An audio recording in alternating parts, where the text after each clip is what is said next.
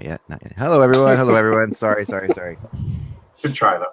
I'm doing my best here. So I have like an idea because I was talking to somebody about a lot of people like the pre-show that we do, and there are people who don't like the pre-show. And it's always a debate is what we're gonna do, but and I get it. So from now on, what I'm gonna do at the end of the pre-show, I'm going to take this thing, okay, right here. Yeah. I'm going to put it up to this like this, and then if you fast forward through the pre-show, you can get to this part where this is up for like 5 seconds. And yeah, and there's always somebody, and I don't know who it is, but it's a good service, and we appreciate it. That will put a timestamp when the pre-show stops and when the hockey talk starts. Right. Just to be clear, from now on I'll be doing this, and you'll know the show is now about to begin. And so this that we're doing right now, by the way, is the pre-show. So break that up. There is no cure for that. Yeah, right. I'm just gonna slip in food takes just after you do that, just to throw everyone off. Yeah, right, just something like that, So that's the deal. So this is the pre-show, but that now we're actually going to get into the actual pre-show. So to differentiate the pre-show from the actual pre-show, and we'll hold up this blip game. Oh, Jesus Christ Almighty! Which is from the '80s, which is a great game that I still. And once in a while, you'll hear me hit this. People have heard this a couple times. You'll hear something like this on the table. If you hear that, that's because I've hit my blip game. Or I can hold up this, because my table is not. I can hold this Mattel hockey head-to-head game. All right, but now we're gonna actually go into the pre-show. Okay, go ahead, guys. All right, I'll do part A, and Russ can do part B. Okay. I'm a cheapskate, and that means that I like things for free. No, wait a second, Mike. You can't break news like this on the pre-show. This is like, go ahead. This is an E5. This is not This is not breaking news. Sorry, I apologize. Some people are telling me that this is already well known.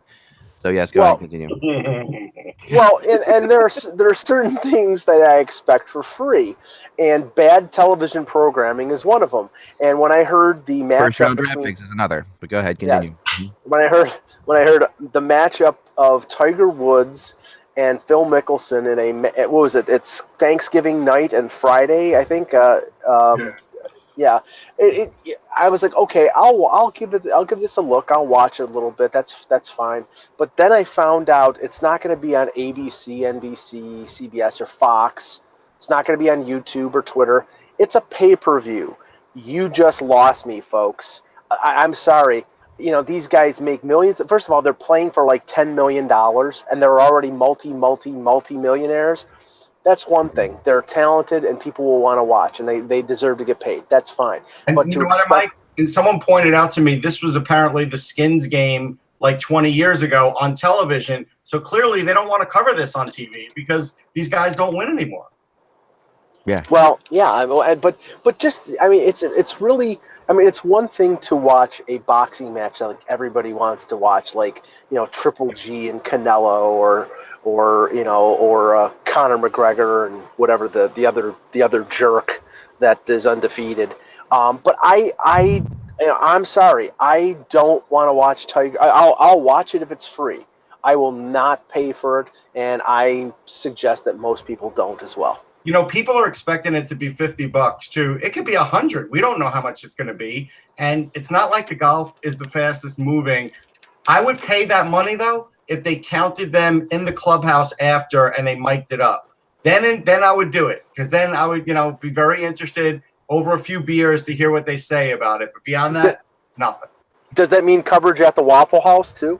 Yeah, maybe. I did want to. Go ahead. No, you go ahead. Finish up. I was going to say my quick pre-show is I'm actually going to wish Jesper Fast a long and happy marriage. I saw he got married in the offseason. The Rangers just tweeted it out. Normally I wouldn't do this for a lot of players, but I did a book signing with him, and I'm telling you, this guy is like a mensch. This guy has no ego. He is just a guy who loves to play hockey, who just happens to be really good at hockey. It took him a while for, I think, the Rangers to realize like his worth to the team, but like on last year I think they did finally realize that, and so it's nice to see good things happen to good people. So good for him. Absolutely. And wouldn't it be something if his well, now wife, but his fiance's or her last name was Slow. Well, you know So, that I have Mike, just because you're into free and you're a cheapskate, you need to come to Winnipeg, because Winnipeg Where is the the women are fast wholesale and free. capital of Canada. And not only that, we have this that happens in the fall and the spring, and it's called Free Giveaway Weekend. And across the entire city, you can put something on your front lawn, and it's open. People drive around and they pick stuff up. You can take it. It's Free Giveaway Weekend. Wow. You literally see people cruising streets in trucks and vans, Yeah, but we just do that grabbing all stuff. the time. That's like the lazy person, Garbage day. Yeah, I was gonna like say the lazy person's garage sale. No, but it's essentially. stuff you don't want to. It's not garbage. No, but One someone man's trash is another man's treasure. Well, we all know the difference, guys. We all know the difference between a garage sale and the garbage is a lawn chair sitting next to it with you in it. That's the difference. No, but here's the thing, Ek, and you could attest to this. I will put stuff out that is definitely better than garbage, but not worth bringing to Goodwill. But I figure someone would want it. I usually put it out on the curb like a day or two before garbage day. Somebody will get it, whether it's a piece of furniture, it's an old weightlifting set, whatever. I've seen people pick up everything off my curb. Oh yeah, no, Russ. I've been banned. I'm a huge guy. My wife will. I have a pickup truck. My wife will not allow me to do this anymore. It's like I love because we live in really close to an area of that's much more wealthy than us, and you can drive. If you drive through there, the things that people are throwing out are just astonishing. Yeah. And I think that's just incredible. We had an old snowblower that was about 25 years old, and the motor was done on it. It just would not start. We put that out to the curb with the garbage. It was gone before I blinked. Yep. Yeah. I trash picked this guitar over here that I have. That's just like I was like, I'm thinking, oh man, it's a guitar. It's got to be. It's in fantastic shape. Did you prospect that hat? No, I did not. Anyway, he stole it off of Wilf Payma. yeah. Now let's move on, should we? All right. Here we go. Hello, Hockey World. It's Tuesday, August 28th, 2018. I'm Mike Mike Agello. I'm Peter Tessier in Free Giveaway Winnipeg. I'm Russ Cohen from Sportsology. And I am Eklund, and you're watching the Hockey Buzzcast on HockeyBuzz.com. This is the podcast that comes every Monday through Friday. Mike, that sounded so loud when you just did that. Be careful. Sorry. Be careful. Anything you move, Mike, it's like... Sound like a slot machine going on. It's the podcast that comes to you Monday through Friday on this network. To discuss hockey. I totally lost my train of thought. What I said. All right, here we go. Let's get right into it. So yesterday we had Kevin Allen on here who broke some news that was really interesting. We don't hear that all that often. Mike, stop moving. Sorry, people are saying. I guess we really have to really be careful. Sorry about that. It's the magic of microphones and phones are better than anything else we have. Yeah, sorry. So no problem at all. So he breaks some news that this trade is days away, like basically saying that that this Karlsson deal is days away, and it's fascinating to me because I love this. I love the time of year before like Drager and McKenzie get back from their lake houses. It's like right. It's just a fun time of year. Like it's like because it's the Wild West because they're not out there. Yeah, and these guys, you can tell they're all like, oh man, I just want my vacation to go a little bit further. Do I really have to cover it? And they're not even covering it because it's just you don't. I don't blame them at all. I'd love to have the ability to say that myself, but we can't do that obviously. So Drager may be baited in a hook now. It's kind of hard to touch your phone if you got like. It's hard. It's I would love, man, just to be without my phone. Like recently, a couple weeks ago, when I was in Seattle with my son, we had one day where we hiked at Mount Rainier, and it was incredibly beautiful. And for 3 glorious hours, I had no cell service, and it was the first time that I could remember that happening since I got an iPhone. Just like the craziest thing. So. Which was, I got the iPhone the day first iPhone came out. So yeah, it was just crazy. But that I love that ability. But anyway, that's here or there. So this feels like it's going to happen. And the more people I talk to, the more it does seem to come down to Vancouver or San Jose. So basically the battle of giant sea mammals. So, or actually, no, the sharks are not mammals. Sharks are a fish, Eck. Yeah, my son would just destroy me for that. Okay, yeah. So I hope I mean, so. And deservedly so. I know. Okay, ferocious sea creatures. We're gonna need a bigger boat. Yeah, orcas. Orcas versus sharks, I like to say. And I was talking to somebody in San Jose last night who is tight with like the Patrick Marleau world and all that stuff. You know, of course, is no longer in San Jose, but that world, he was in San Jose for a long time, and there does believe. They did believe, honestly, that this was going to happen with San Jose. I've talked to other people who really think that it's happening in Vancouver. Well, I mean, let's look at because I was writing about this, of course, in connection to to the Leafs in the sense of a domino effect. If Karlsson goes to Vancouver, but look at San Jose. San Jose had the cap space ready and available to sign Tavares to $13 million. That's what they offered him on a 7-year deal, and he chose Toronto instead. Thornton's coming off the books after this year. I don't know if I see them signing him for another 1-year deal. Pavelski is up, but they'll probably re-sign him. But you never know if he wants to test free agency or not. The point is that they have Kane, they have Vlasic, they have Burns, they have Couture all locked up, and Hurdle as well. So if they have the cap space after all those guys are locked up for Tavares, they will have it for Karlsson. So.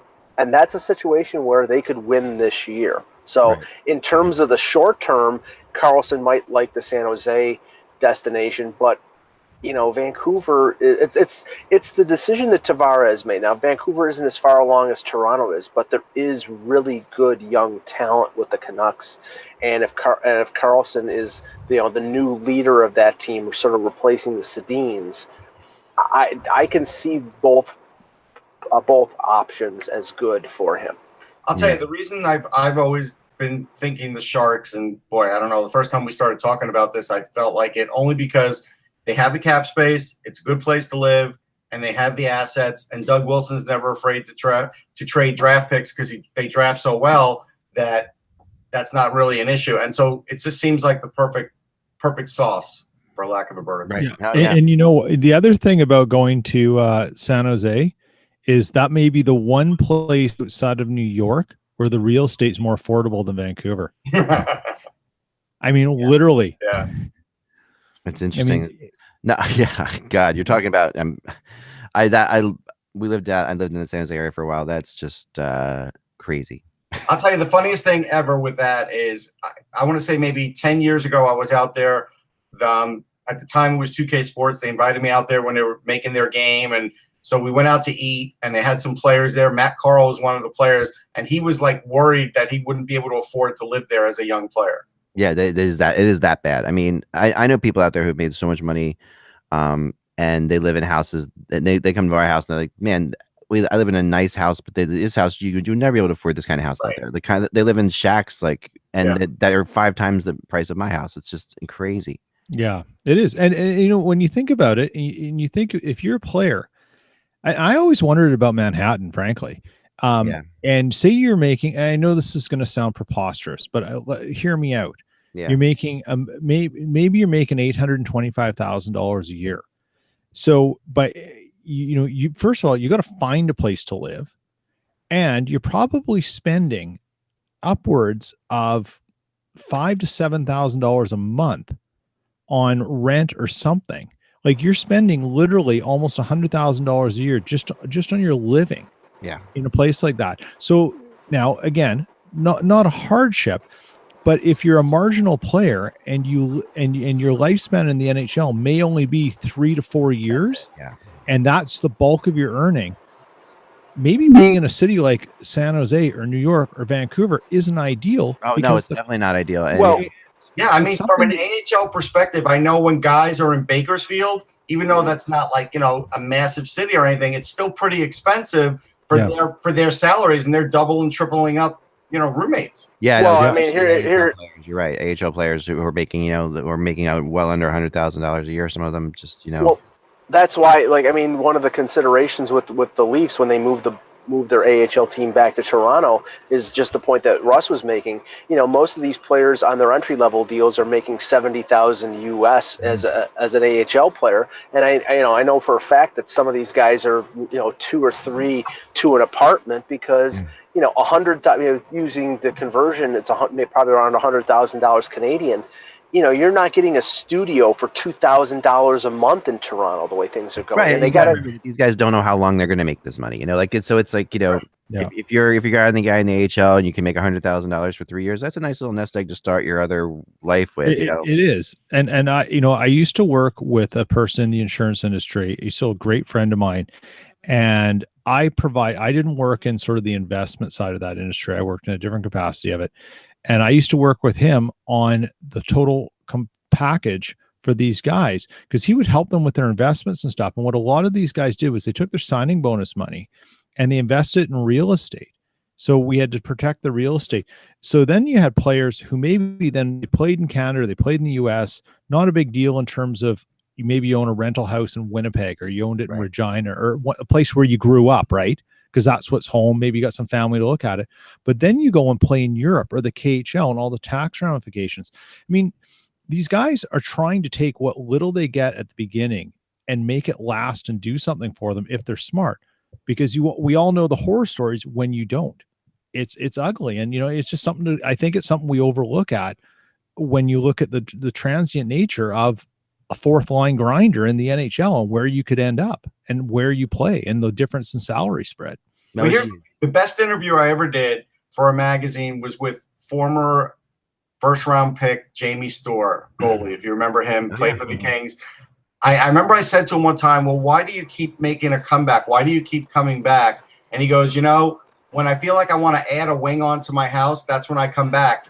And it's funny because, like, he would make like $500,000 a year on a contract. He wasn't like a massively paid player in that era. So it is funny that was his motivation. Like when he felt like he needed to upgrade his house, he would go back for a year. There's no question that that place. I mean, these are guys. You know, they're just people with families, and they've got all different sorts of things to look at, and they have a very limited period of time that they can make money in their careers. And you know, when you think about it, even if you make $1 million for a year or two in your early 20s, that's you know you're gonna have a family, put kids through college and all that stuff. That's hard still. I mean, if that's all you're ever gonna make, right? So these guys have to. I mean, I'm not. It's unfair to say it's hard, but I'm just saying that, you know, it's all relative, of course. But I'm just saying these guys don't know how long it goes and how long they're gonna have it. So you really have to be careful. I mean, that's a sort of a good transition to one of the little notes that I saw from to talk about today was Troy Brodeur, who got bought out by Calgary, signing a 1-year deal with Florida, and he signed for $825,000. And when he was making, I think he was making over $4 million. You know, you probably say to yourself as a fan looking at Cap Friendly, why would he sign for $825,000? Well, you just said it. I mean, you know, pay for his house, to pay for this, to pay for that. I mean, maybe you know, that's his wife wants to live in Florida for a year. I mean, that's not the worst thing in the world either. I mean, that's like the bottom line is, I mean, it's a beautiful area to live, right? Well, and he knows Dale talent, and the team is a contender, and he could be that guy that sort of helps the young players along. Like if I'm the coach, I'm going to be like, see Troy Brower's out there. See how he's still skating. See how that's what you need to do as a young player, you know, and that does help motivate. To Brower's career, has anybody capitalized so much on being part of a Stanley Cup winning team as Troy Brodeur? Like, it's served him very well. Yeah, no, it really has. There's no question about it. I mean, Billy Lano comes to mind, and they didn't even win, but yeah, no, Billy Lano is a good one. That's for sure. We have a signing actually to announce here. Okay. That drum roll. Yeah, no, it's, you know, that's lame, but yep, sure. The Capitals have signed Sergei Shumikov, who is he's formerly of CSKA in the Russian league. He was 18th in the KHL last year in scoring. I think they vacated his contract, or they terminated it because he wanted to go to the NHL. Yeah, I think they did. But the Capitals. I'll find out about him. I don't know. The Caps have signed him. It's a nice little sneaky little signing, you know. Whenever the Caps sign a Russian, you know, you know what's happening. You know that Ovechkin has seen this kid and likes him. That's the bottom line. Like they're gonna go to Ovechkin and say, "What do you know about this guy?" And somebody he knows at CSKA or whatever said, "Yeah, you got to look at." There's something happening there. So I trust I trust the Capitals signing a Russian player. Well, remember, Ovechkin played with CSKA Moscow when during the 2012 lockout. I know because he played. I think Backstrom went over there, and he played with Komarov from the Leafs, or now with the Islanders. So I'm sure he's got ties to that organization, and they probably let him know if, or just people he knows there, let him know that this is a player, this is somebody to take a chance on. Yeah, no, it makes a ton of sense. It really does, and I think that I'm really excited to see where the Capitals go this year. They're going to be a fascinating team to watch, and they're a very hard team to predict. They're a very hard team to predict, and we talked a little bit about predicting Vegas, and of course you go back and you predict the other team. Is it possible that you just have a team here that has gotten over the hump, and now the Capitals are going to go for a run again? There's no reason they can't. Their top players are still in their prime, so you would think, right? But how does Barry Trotz leaving affect them? There's so many things about this, I don't think it affects them that much. Reardon's been there. Like that to me is a seamless transition. Trotz is great, right? But these players just won a cup. He doesn't wave a magic wand, and if Reardon keeps things the way they've been, he could really just carry on the Barry Trotz way and add in a few wrinkles that he does, right? So if you think about it, I don't think there's that much of a change there. Yeah, I don't think so either. But I think that I really want to see. I really want to see how the Caps come out. If any player is ever going to have a true Stanley Cup hangover, it would be Alexander Ovechkin. We all know that. Yeah.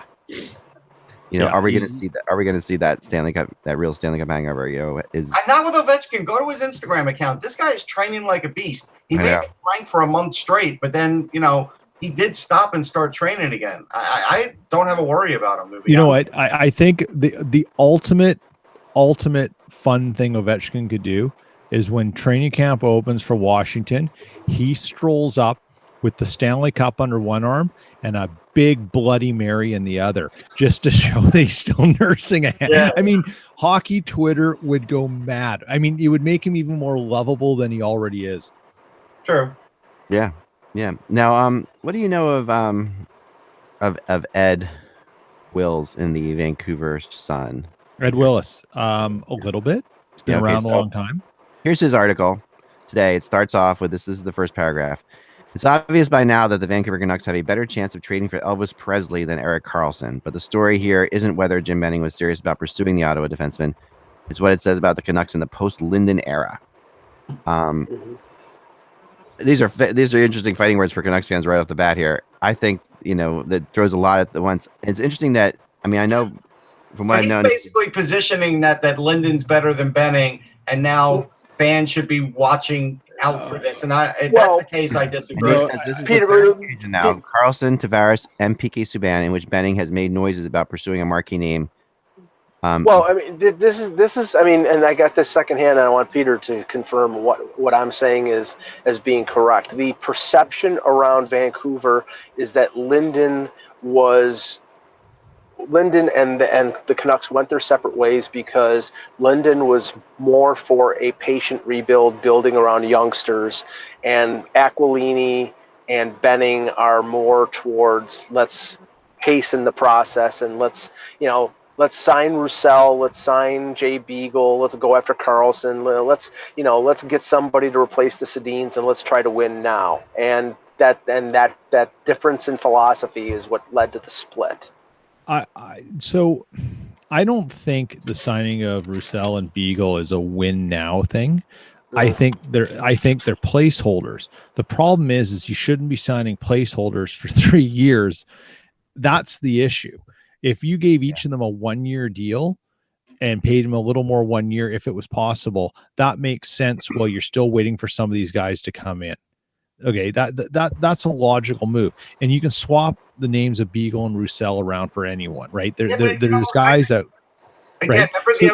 Sorry, Peter. Go ahead. Oh, I was just going to say. So I think that's the logic that everyone's screaming up and down about, and if you're interpreting that into a win now, and you think Jim Benning thinks Beagle and Roussel are win now guys that you signed, you're deluding yourself into how silly Benning is. And yes, the running joke in Vancouver is that Benning is not the sharpest knife in the drawer, and he does things that frustrates fans.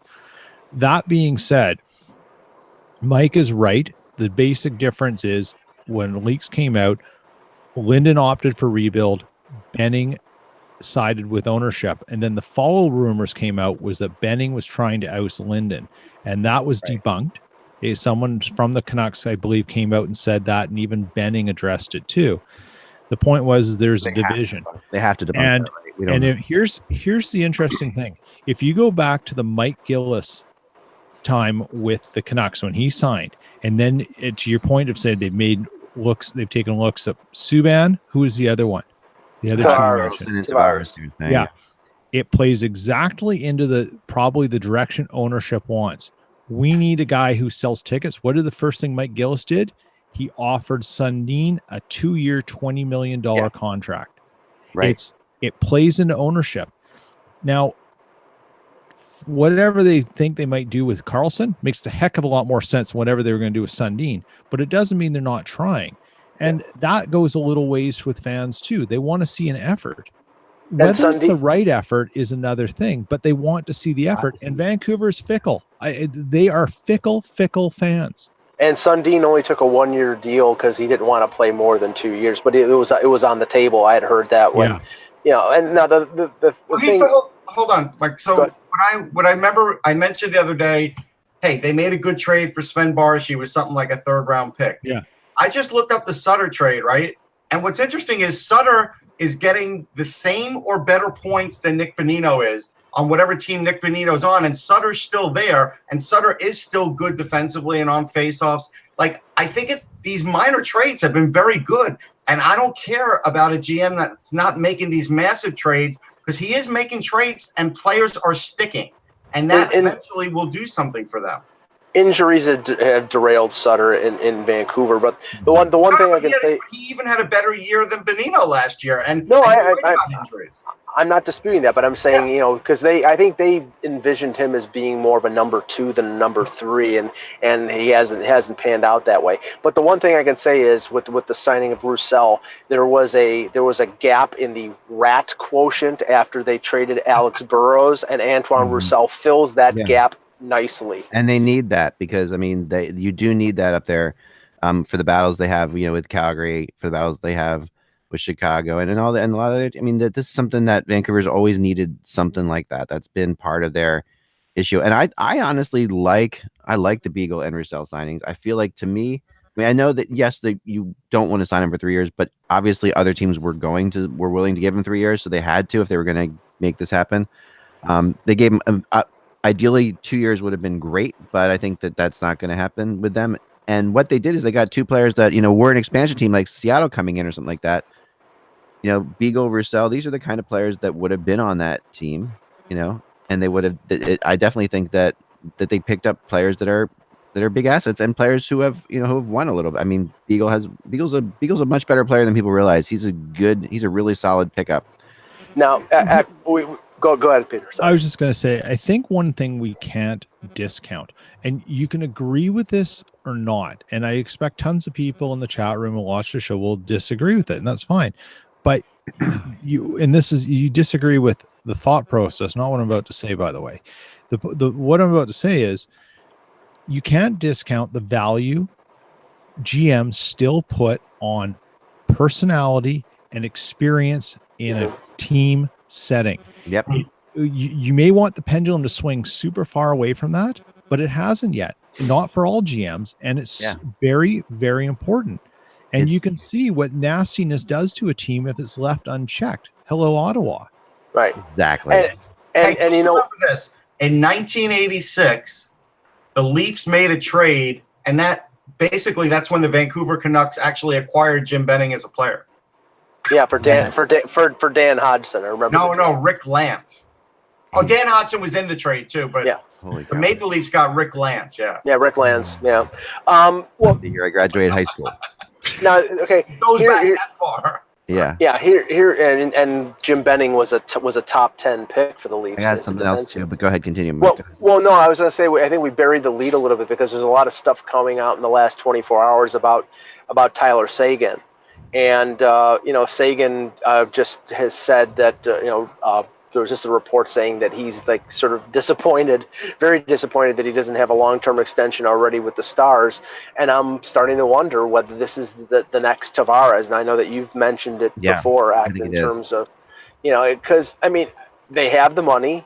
Yeah. He apparently likes playing there, but I think that Seguin is looking to make more than Jamie Benn. I think he's looking to break $10 million, and I'm not sure that Dallas wants to pay him that much. Yeah. I think that all you have to do is look at how hard Dallas went after Tavares and how hard they're going after Karlsson to realize that Seguin is not a definite. And I've said that before, and I still stick by that. We were saying that really when we were talking about Dallas looking to make a big trade over the summer because they have Seguin for one more year. Like I think we all acknowledge that's not a slam dunk that he's saying. Yeah, and they I mean, for them to go that hard against on those players, really tells you something, because this is a team that has to pay a lot of guys. They have a pretty high superstar quotient there. I mean, for the size market they are. I mean, even just to have two guys, as big as they have there. Hope that Tyler Seguin hits free agency is something we should all be rooting for. Because if we thought the Tavares sweepstakes were big, Seguin will be even bigger because he's a year younger. And it'll be more exciting. It won't be bigger, but it'll be more exciting because this is a guy who's active on Instagram. People will be looking for his social media posts. It'll be more exciting because Tavares is dull. He's a far more polarizing character. Yeah, exactly. I mean, it's not that. I mean, look. You only have the problem with Tavares. If you're gonna put John Tavares here and Tyler Seguin here and try and balance it, you're gonna have a bloody, ugly mess of an argument. So I put them in the same weight of importance of a player being available. Yeah. The significance of their availability. I don't care who's better, just the significance. And the significance changes even more if there's less guys out there of that caliber around. And that's what we should all hope for. And what I don't understand from the Dallas perspective, I mean, obviously you want to get a player signed for as little as possible. You want to make the best deal you possibly can.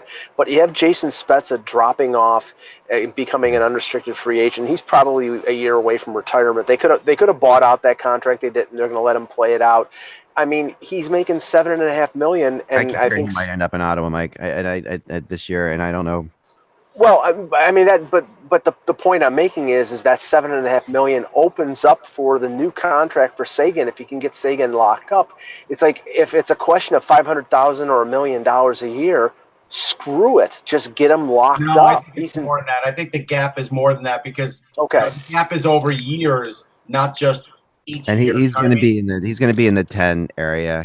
It's going to be like and that whether he should be or shouldn't be, he will be in the 10 area. Here's the thing, though. I don't think he's a polarizing guy in the sense that just because he has fun and likes to chronicle it on social media, this guy in the last 2 seasons has played all 82 games. Yeah. No, I have no problem with Tyler Seguin on the ice whatsoever. There are people who do, Russ. I mean, but I don't know why. I think why is because you have, like I've said, you have the one sentence thing that I've talked about many times. That what every hockey player, you talk to a scout in the media room when you're having a meal before a game. You bring up a player, and every player has that one sentence that is on them, and Seguin sentence. But it's unfair because, like the last 5 years, his worst season is 72 points. Think about that. But we still have out there who you're not gonna who are not gonna take chances on it. Do you think that this is still sort of a symptom of the photos in 2011 of him and Brad Marchand in the at some casino in Connecticut with the shirt? I mean, like, because he does have the reputation of being sort of like a fast and loose guy, and on the ice he's not exactly, offensively he's brilliant, but defensively he's still not exactly a two-way player. That's been a criticism. He was +12 last year. He got better. No, it's more about there are other guys who are really good on social media. Like Matt Duchene's a good person to follow on social media, for example. Like he is you will see a lot of great pictures of Matt Duchene, his family, his dog. Matt Duchene seems to water ski a ton. Like you see pictures of Matt Duchene water skiing all the time, on Instagram.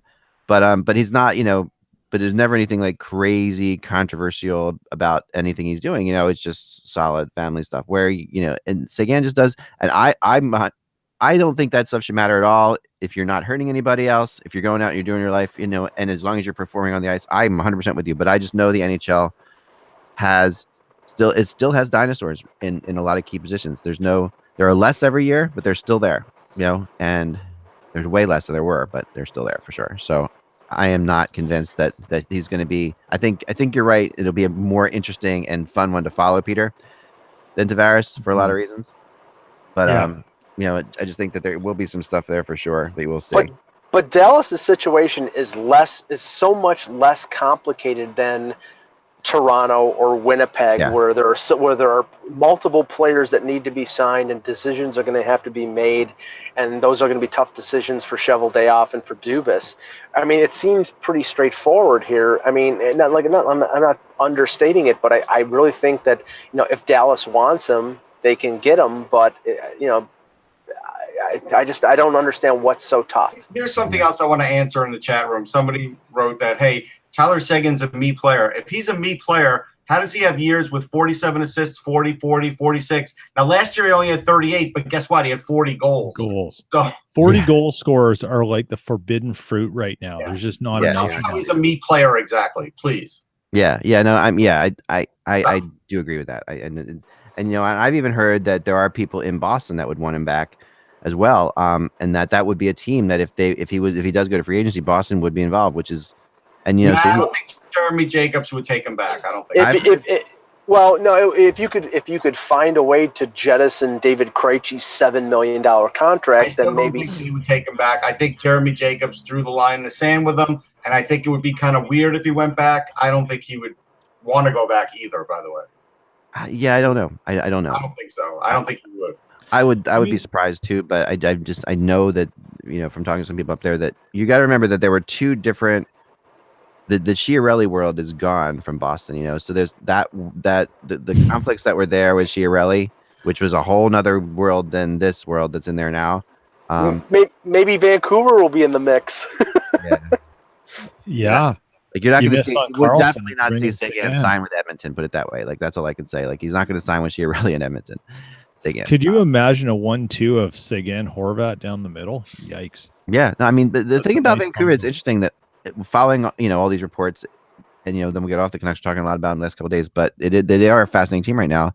Is that people have gone from, just by mentioning the fact this is what's fascinating to me about media. Just by mentioning the fact they're in on Karlsson, you're seeing a lot of people who are suddenly saying, they've got some pretty good players. It's amazing how this changes, how the story changes. All of a sudden, people are looking at their prospects saying, maybe they're not that far away. Well, there's nothing to do with except their name being popped up in the Karlsson trade rumor. That's all. I think that's just a reflection of ignorance. I mean, honestly, if you look at the Canucks organization, if you look at the young players that they have, and Russ and I and you and Peter, we all know that. I mean, we know that Besser is a supreme talent. We know Elias Pettersson, was extremely impressive at the World Junior. We know Thatcher Demko could be a future number one. There are a number of Quinn Hughes, potentially was a steal in the top 10 of this recent draft. So, people know that. It doesn't take the fact that Erik Karlsson might be going there to tell you that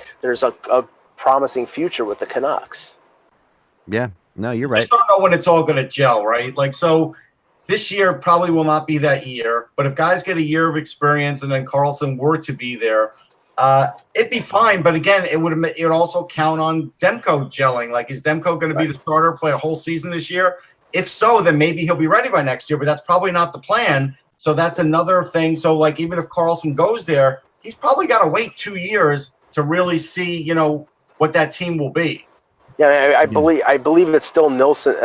Nilsson and Markstrom still have like at least a year left. So yeah, that's gonna be. That's what I'm saying. So that pushes the dream back a little bit. We're not going to spend a lot of time on this, but it popped up because Renaud Lavoie of TVA Sports reported it this morning and was talking to Max Pacioretty, and Pacioretty said that there was like no talks at all between him and the Canadians. Yeah. It's like, okay. In other news, the sky is blue and water is wet. I mean, I'm just waiting for this deal to finally happen, because this is a divorce where this is that Vince Vaughn, Jennifer Aniston movie where they've broken up, but they're still living in the same apartment.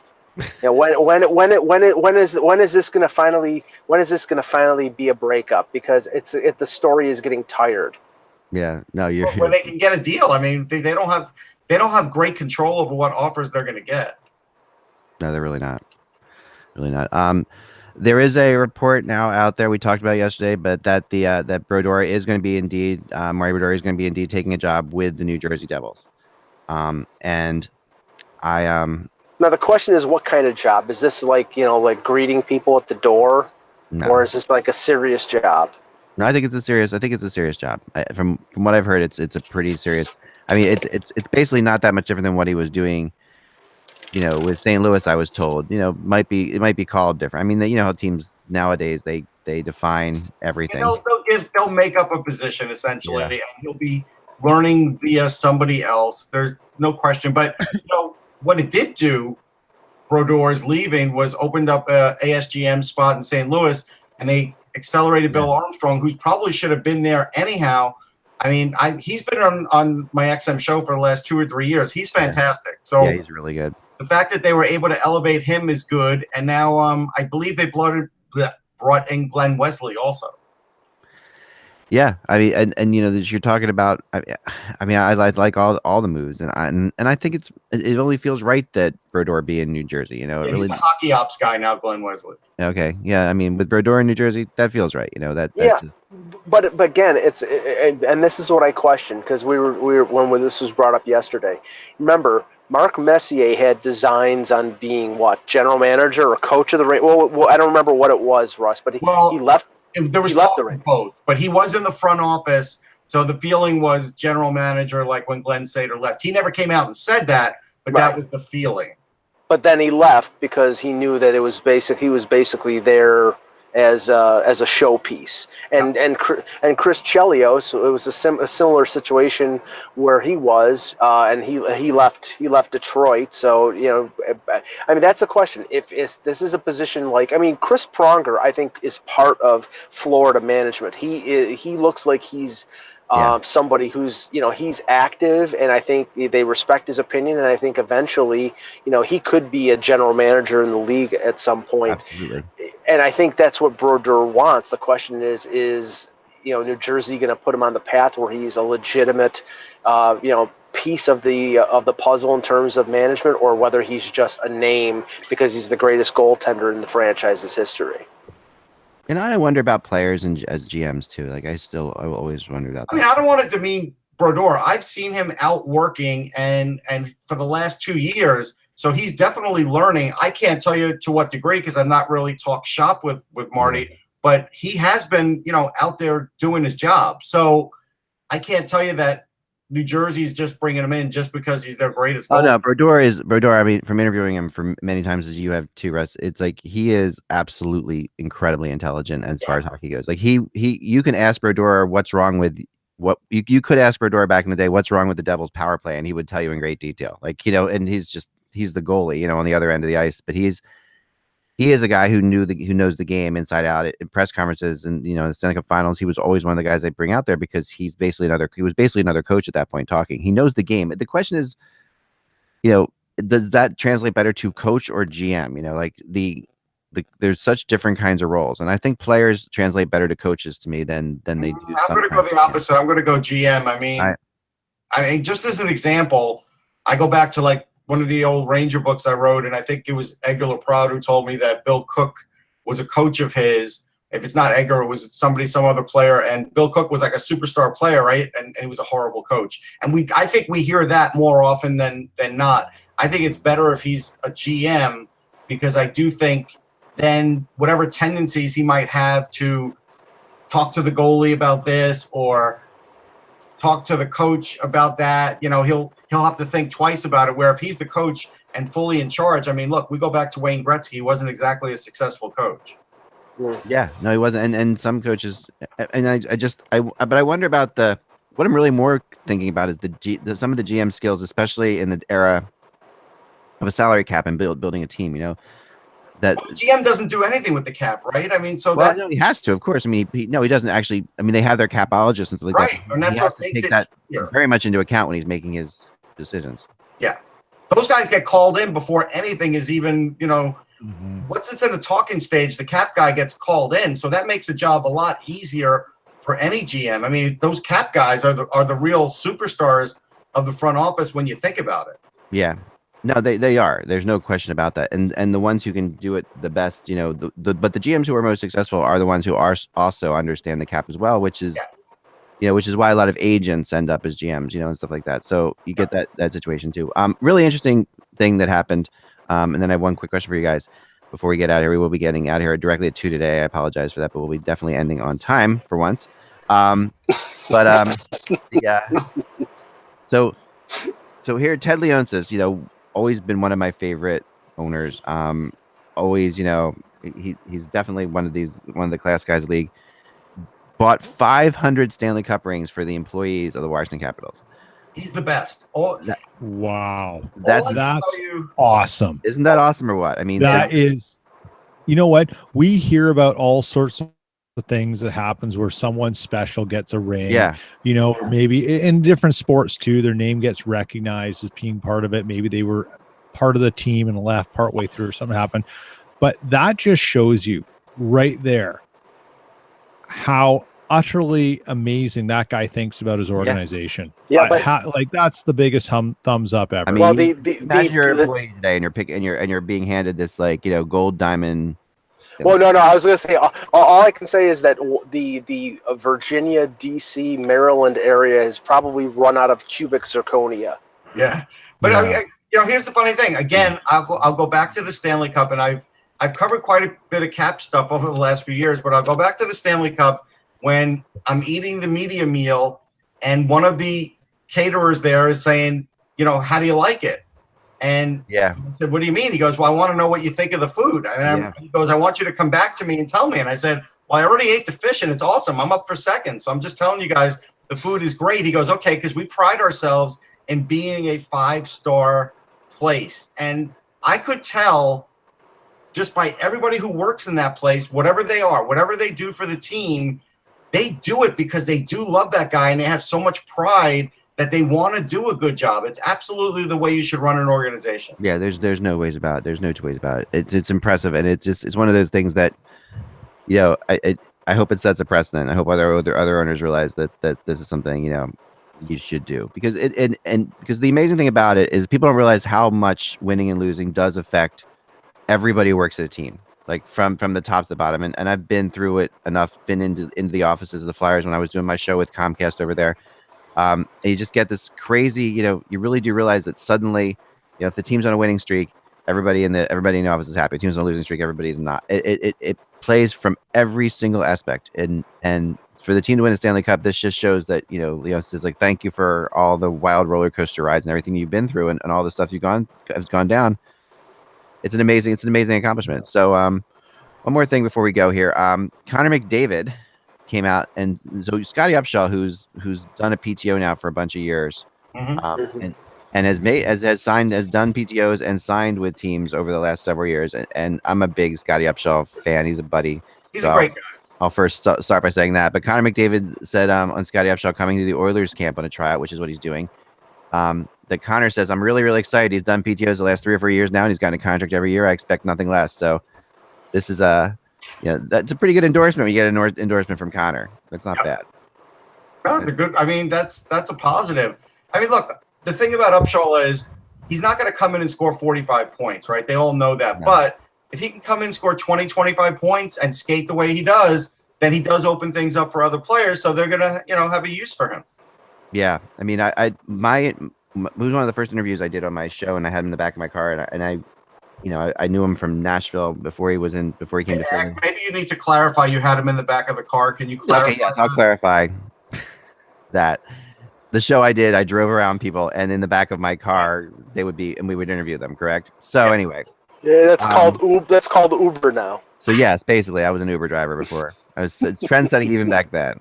So anyway, so Scotty's nickname was Devil Dog, which a lot of people don't really. That was his nickname from Nashville, and the idea of that people just that he was the Tasmanian Devil on the ice, and that's what he does when he skates around, and that is definitely stuck with him. That is that is his game. So I don't think it hurts the Oilers at all. He obviously can skate with them, which is hugely important. He can still fly. About Upshaw, he got mad at me once in a good way because I was going around practice one day and getting quotes from players about the World Junior Championships. What about playing it? Would you watch? What would you do? And when I spoke to Upshaw, he gave me that, and he goes, "That's it." I'm like, "That's all I need right now." And he goes, "All right." But he just wanted to keep talking. Oh yeah, no, he's very. You know what, Russ? Okay, so I mentioned this before. Never underestimate a GM who values experience and someone who can bring something into a locker room. Sure. What you just said is exactly what the Oilers need, because we've all seen those things. When things go wrong, it falls on McDavid. Then you bring in a personality like that. You want to talk more? Let's talk. Right. That's what they need. Interesting enough, so I just pulled up the Oilers roster. Upshaw's 34. There's only 2 players 30 or older on the Oilers. Well, actually, sorry, in the forwards who are 30 and older, and that's Lucic and Brodziak. And then they've got Sekera, who's injured, and then Chris Russell. Right. So, it's a young team. This is again, the Oilers talk about what the loss of Matt Hendricks did. The Jets talked about how great Hendricks was. And one of the things Blake Wheeler said about Hendricks was, we're a quiet locker room to begin with. We needed Hendricks to come in and talk. Yeah. Now you get Upshaw in, who's got personality, and you got your team captain, who's got the weight of the world on his shoulders on. This is a good move.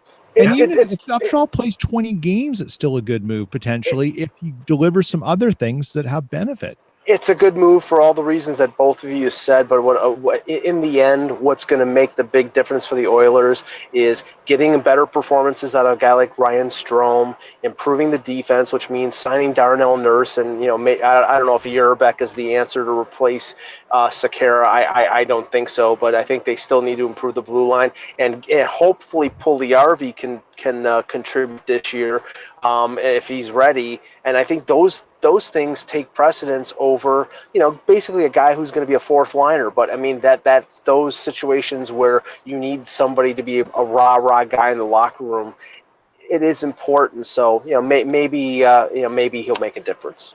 Yeah, I think he will. I mean, I've always been impressed. He loves the game. He loves to play, and he's going to be a player that to be watched. And it doesn't hurt Edmonton at all. I mean, in a way, losing Pat Maroon is still an issue with them. I'm not saying Upshaw's a replacement for Pat Maroon, but he's similar in some ways. He's not nearly the scorer of Pat Maroon, but he's got a similar type of thing to him. So I think as we play forward, it'll be fun to watch. Well, somebody's going to have to fill the top 6 role that Maroon occupied for a time, and that could be Yamamoto, that could be Puljujärvi. Yeah, I mean, we don't really know, and I think that's an important role when you have Draisaitl and McDavid as your top 2 centers. You need wingers that can convert, and here's something that's breaking. Then we got to go. I know Scott Wheeler just posted Tom Wilson talked about his contract, and he goes 50% of the people are going to hate it, 50% of the people are going to love it. We'll see in 5 or 6 years. If you ask Kuzi, he'd rather I go and get the puck so he doesn't have to, because it takes him out of the play. There you go. That's honest. I mean, That's how Tom Wilson is. That's the truth about him. I mean, the tough thing with guys who bring more than scoring to the table with big contracts is it can be very hard on a lot of players, because they definitely feel the pressure to do more than what they were actually just paid to do. Which is, and there have been so many examples of this over time, of players who sign these bigger contracts because of their importance, and then expect to try to suddenly become scorers. And that's what Wilson has to he's always going to score some goals. But he's got to remember what he does and why he's there, and that's just the way it goes. And or else I've seen to take down some players. Definitely have taken down players for sure.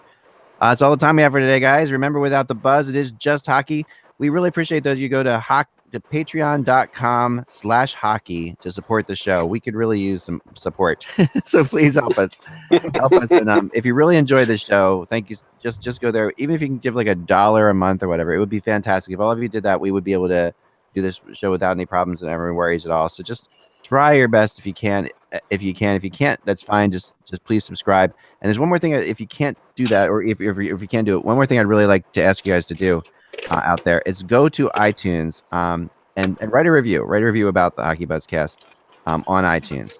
That will help move us up the rankings and help more people find us. It's just a little thing, but it really would be a huge favor to us. So we very much appreciate it. So if you can go to iTunes, just write a review, even a bad review. if you hate the pre-show, whatever, just write it. Just get in there and tell us and tell us what you feel. But just put something down because that means we'll get 100 reviews from Cousin Eddie. It's fine. iTunes is still where most people get most of their podcasts. So that's if we can get number one in Sudbury. Yeah, if we can get higher rankings on there, and that will help us a lot. So subscribe to the YouTube channel, follow all of us on Twitter, and if you can go to iTunes, that would be great. We really appreciate it. And again, if you want to help support the show directly, go to patreon.com/hockey. Remember, without the buzz, it's just hockey. We will talk to you shortly.